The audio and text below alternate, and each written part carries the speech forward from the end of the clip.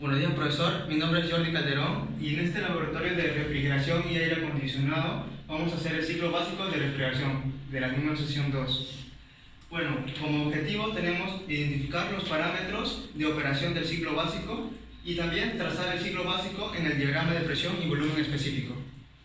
Bueno, ahora les voy a enseñar cómo es el recorrido del refrigerante en este básico de refrigeración. Como principal tenemos el evaporador, el compresor, el condensador y la válvula de expansión. Esos son los principales componentes. Sabemos que del condensador regresa al evaporador, pero está pasando en estado líquido. Y una vez que llega al evaporador, este llega hasta el punto de ebullición que se convierte en vapor, pero a la misma temperatura. Esto pasa al compresor, comprimiéndolo en el gas que se convirtió en el evaporador, llegando al condensador. Una vez que está en el condensador, llega a la zona alta, pero este llega a la zona baja para posteriormente salir al exterior. Y el ciclo de refrigerante continúa así y es normal también que pase el aceite por todas las líneas de conexión, pero es algo normal cuando se queda el aceite en alguna parte de los componentes. Eso sería todo, gracias.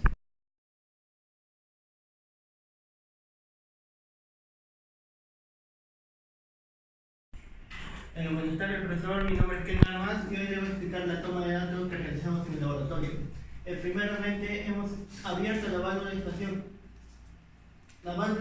Y hemos cerrado el tubo capilar. Para tomar los datos, hemos tomado la presión alta y la presión baja, observando en los manómetros la temperatura entrante del compresor y la temperatura saliente del compresor. Nos fijamos en el termómetro digital. Y el amperaje nos fijamos en el tablero que tiene en el laboratorio. También realizamos la evaporación cuando hemos prendido y el condensador cuando estaba prendido. Para pasar a la siguiente fase tuvimos que esperar 1 minuto para así tomar otra vez nuevamente los datos del evaporador prendido y del condensador apagado. Y así también pasamos otros 5 minutos para tomar los datos del evaporador ahora apagado y condensador prendido. Después volvimos a apagar los dos y volvimos a prender, pero esperamos ahora sí 7 minutos para realizar la toma de datos con el evaporador apagado y el condensador apagado. Abrimos el tubo capilar y también realizamos lo mismo con la presión alta, presión baja, temperatura entrante del compresor, temperatura saliente del compresor y el amperaje. Y realizamos el mismo paso que realizamos en el anterior cuadro. Gracias.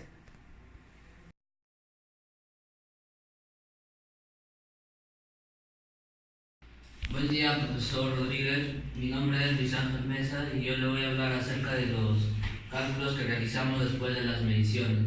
En primer lugar, hallamos la potencia con la siguiente fórmula: voltaje por intensidad y por el coseno de 0.8. Bueno, el voltaje de 220 de la fuente y luego restamos la diferencia de la intensidad medida con 1.5 por el coseno de 0.8 y así obtuvimos nuestra potencia. Y luego, para realizar los posteriores cálculos, primero teníamos que calcular la masa del refrigerante reemplazando en la siguiente fórmula. Como ya tenemos la potencia y conocemos cuál es la diferencia entre entalpía 1 y 2, podemos despejar la masa del refrigerante y el valor nos sale en kilogramos watts sobre kilojoules. Bueno, también calculamos la capacidad frigorífica, donde aquí reemplazamos el flujo de refrigerante. Y como sabemos, el calor 1 es igual a la capacidad calorífica, y también podemos conocer la diferencia de entalpías de 4 a 1, y así reemplazando en la fórmula obtenemos nuestra capacidad calorífica en watts. Y finalmente también calculamos el coeficiente de rendimiento, que básicamente es el calor 1, que es la capacidad calorífica, sobre la potencia que calculamos primero. Entonces, esto sí es una división y obtenemos un valor entero. Gracias.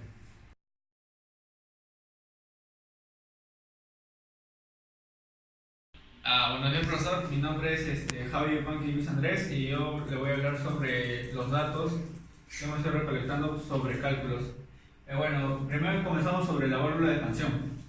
Tenemos que es la presión alta y la presión baja. En este caso, en nuestra tabla, la primera salió que era 6 bar, pero como tenemos que hallarlo con la presión absoluta, que vamos a hacer por las tablas, con el refrigerante de R134, tenemos que colocarle que es más 1. Entonces, si es 7 bar, entonces nuestra presión que nos da el manómetro es 6. Bueno, en el primer dato, el ciclo 1 nos dice que los dos sistemas están prendidos, el evaporador y el condensador. El segundo nos habla sobre solo el evaporador prendido. Esto hace que la presión alta se eleve un poco más y la presión baja igual. En la 3 el condensador ahora está prendido, pero la presión baja. Y la 4 los dos están apagados. Eso hace que la presión alta sube un poco más. Bueno, en las siguientes gráficas que voy a explicar es sobre cada ciclo que comienza. Bueno, aquí vemos las gráficas PV, ¿no? O presión por volumen específico. En la cual vemos que la presión, la que tenemos en las gráficas es la de alta es 7. Entonces marcamos una línea hasta acá 7 con la temperatura que nos da temperatura de entrada del condensador y salida. Como vemos que la entrada y la salida vemos de aquí que es 21 y la salida es de 49. Entonces marcamos hasta una temperatura fuera de la campana para poder visualizar las entalpías que vamos a ver de 3 a 4. Y eso sucesivamente con los diferentes ciclos. También tenemos que es el tubo capilar.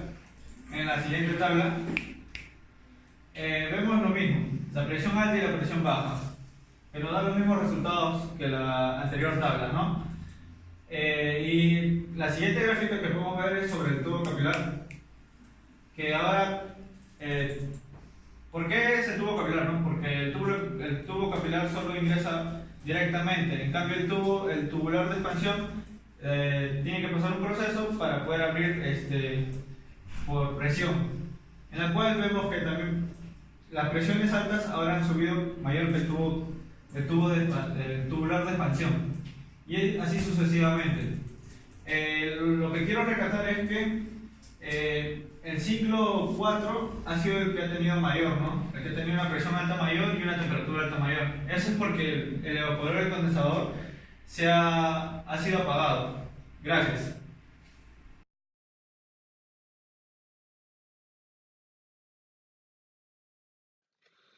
Buenas noches, profesor. Mi nombre es Esteban Cayupe Panduro y como ya les fueron explicando mis compañeros, yo les voy a explicar un poco sobre las conclusiones.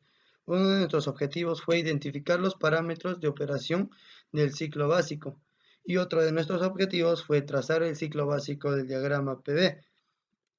En este caso, uno de los objetivos es que se identificó el parámetro del ciclo básico para poder realizar un bosquejo en la tabla de presión y entalpías y ver el proceso de transformación de refrigeración.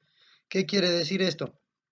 Que nosotros encontramos los datos para poder graficarlas en los dos procesos y poder identificar, como podemos observar acá, en la tabla de presión y entalpías. Ahí podemos observar la gráfica de color negro, amarillo y anaranjado, que están variando cada una de ellas de acuerdo a lo que nos estaba indicando la tabla anterior.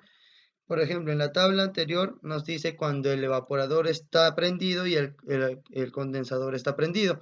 En esta tabla podemos identificar que es el anaranjado, donde podemos observar que existe vapor saturado y su entalpía está alrededor de los 410, mientras que según vamos apagando los demás equipos, como en el siguiente paso, que es el evaporador prendido y el condensador apagado, vemos que sufre una transformación pequeña. ¿Y eso a qué se debe? A que se genera presión, por lo tanto eleva la temperatura, y como eleva la temperatura podemos apreciar que va variando y se va volviendo de lo que es de líquido a gaseoso, o sea, se vuelve un vapor saturado. El siguiente objetivo fue que se logró trazar los ciclos para poder identificar, como ya lo fui explicando, se trazaron los ciclos para poder identificar qué está ocurriendo en cada uno de los procesos. Como dice acá, y el por qué la variación de las entalpías según la gráfica. Como se les fue explicando, según la gráfica podemos identificar qué está pasando, qué se está transformando y en cuánto va cambiando las entalpías para poder identificar la energía. Gracias.